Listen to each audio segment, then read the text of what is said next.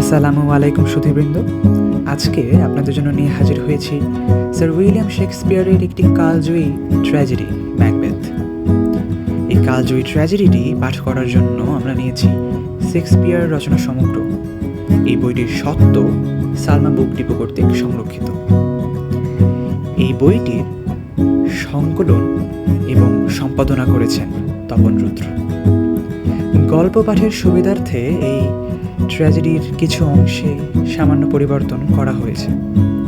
আশা করছি সকল বয়সের শ্রোতাবৃন্দ আমাদের এই গল্প পাঠটি উপভোগ করতে পারবেন। দেরি না করে শুরু করা যাক।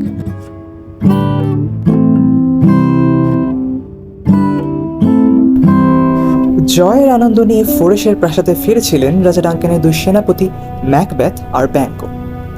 স্কটল্যান্ডের এই দয়ালু রাজার বিরুদ্ধে একটা বড় ধরনের বিদ্রোহ দমন করেছেন তারা।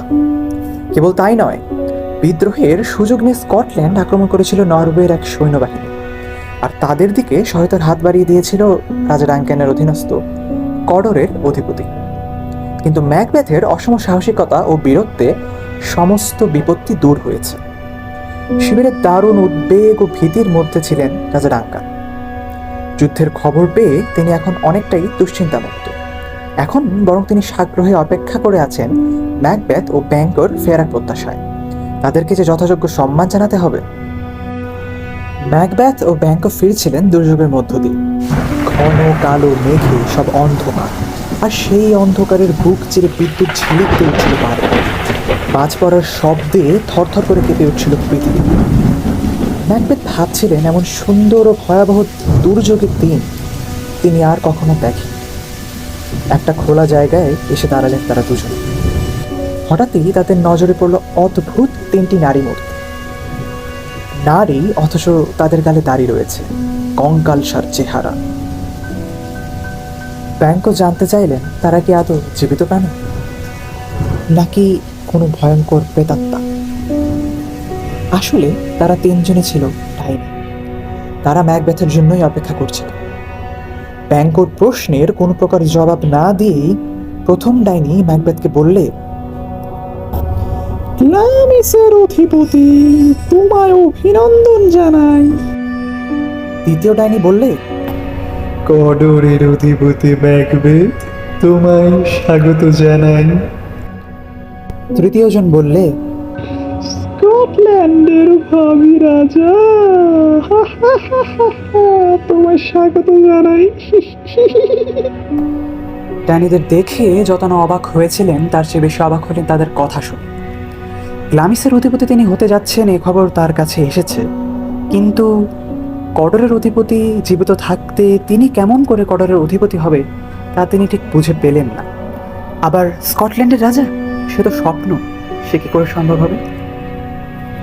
বন্ধুকে বিচলিত দেখে এবার ব্যাঙ্কো ডাইনিদেরকে বললেন, আমার বন্ধুটিকে নিয়ে তোমরা তো অনেক কিছুই বললে এবং তাকে ঘাবড়ে দিলে, কিন্তু আমার সম্পর্কে তো কিছু বললে না। আমার সম্পর্কে কি তোমাদের কিছু বলার নেই? যদিও তোমাদের সেই কথায় আমার কিছুই যায় আসে না, তা নিয়ে আমার বিন্দু মাত্র মাথা ব্যথা নেই। ব্যাঙ্কোর কথায় এবার প্রথম ডাইনি বললে, তুমি ব্যাঙ্কো, ম্যাকবেথের চেয়ে ছোট, আবার অন্য দিক থেকে তুমি তার চেয়ে বড়।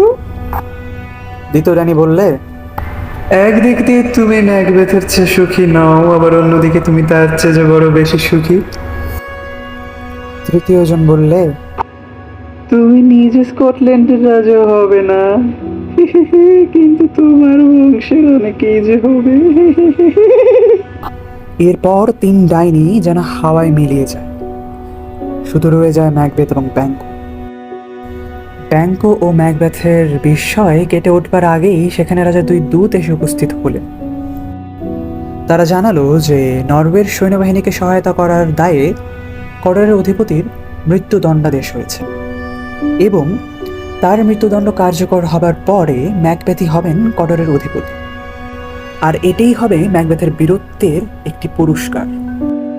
এদিকে ডাইনিদের দুটো কথা মিলে যাওয়ায় ম্যাকবেথের হৃদয়ে যে সুপ্ত বাসনা ছিল, অর্থাৎ স্কটল্যান্ডের রাজা হিসেবে নিজেকে দেখা, তা মাথা চাড়া দিয়ে উঠল।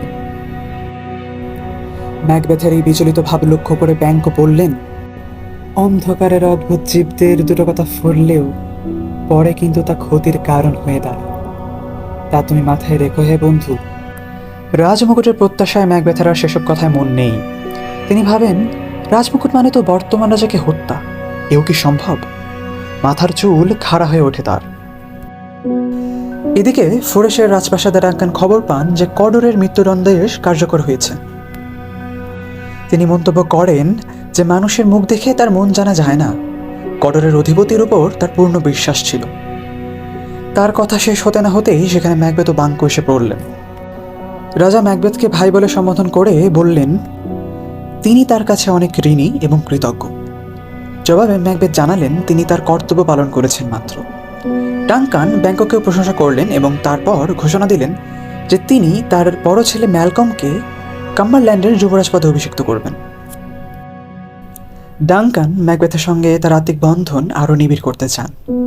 তাই তিনি ফরেস্ট থেকে ইনভারনেসে ম্যাকবেথের দুর্গে এক রাত অতিথি হতে চাইলেন। ম্যাকবেথ রাজার প্রতি আতিথেয়তায় যেন কোনো ত্রুটি না থাকে সেজন্য একদিন আগেই ইনভারনেসে রওনা হয়ে গেলেন।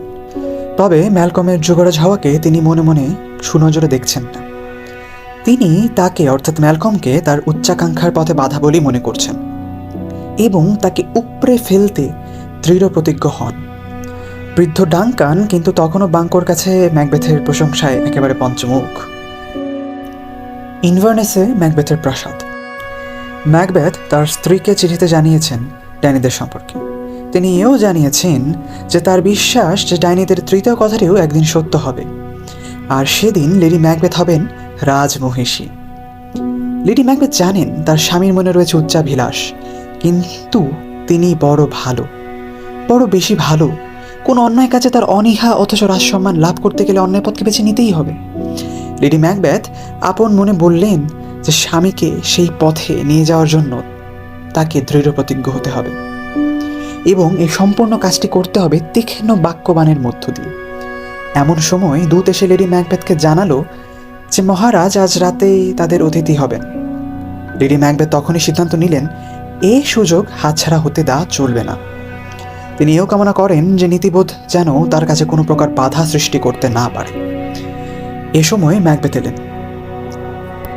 লেডি ম্যাকবেথ বলেন, গ্ল্যামিসের ও কডরের মহান অধিপতি, তুমি রাজসম্মানে ভূষিত হতে চলেছ। তোমার চিঠি আমার ভবিষ্যতের উজ্জ্বল সম্ভাবনাকে মেলে ধরেছে। উৎফুল্ল ম্যাকবেথ লেডি ম্যাকবেথকে জানালেন ডাঙ্কান সেদিন তাদের দুর্গে রাত কাটাবেন। লেডি ম্যাকবেথ জিজ্ঞাসা করলেন, তিনি যাবেন কখন? ডাঙ্কান বললেন, কাল সকালেই তিনি যাবেন। লেডি ম্যাকবেথ তীক্ষ্ণ স্বরে বললেন, সেই কাল আর আসবে না। তোমার মুখে দুশ্চিন্তার ছায়া। অনেকে অনেক কিছু ভাবতে পারে। শোনো, কাজ না শেষ হওয়া পর্যন্ত নিজের হাসি খুশি বা বজায় রাখো। রাজাকে অভ্যর্থনা জানাতে হবে, তার সুযোগ সুবিধা দেখতে হবে। রাত্রের কাজের ভার আমার। আজ রাত্রে আমাদের এমন এক কাজ করতে হবে যার ফলে আমরা পাবো সার্বভৌম ক্ষমতা। ম্যাকবেথের মনে রয়েছে এই বিষয় নিয়ে প্রচুর দ্বিধা। তাই তিনি বললেন যে পরে এই বিষয়ে আমাদের কথা হবে। ম্যাকবেথের দুর্গের অবস্থানটি দেখে বৃদ্ধ ডাঙ্কান খুব খুশি হলেন। ব্যাংককে বললেন, এখানকার মৃদুমন্দ বাতাস পথের সব ক্লান্তি দূর করে দেয়।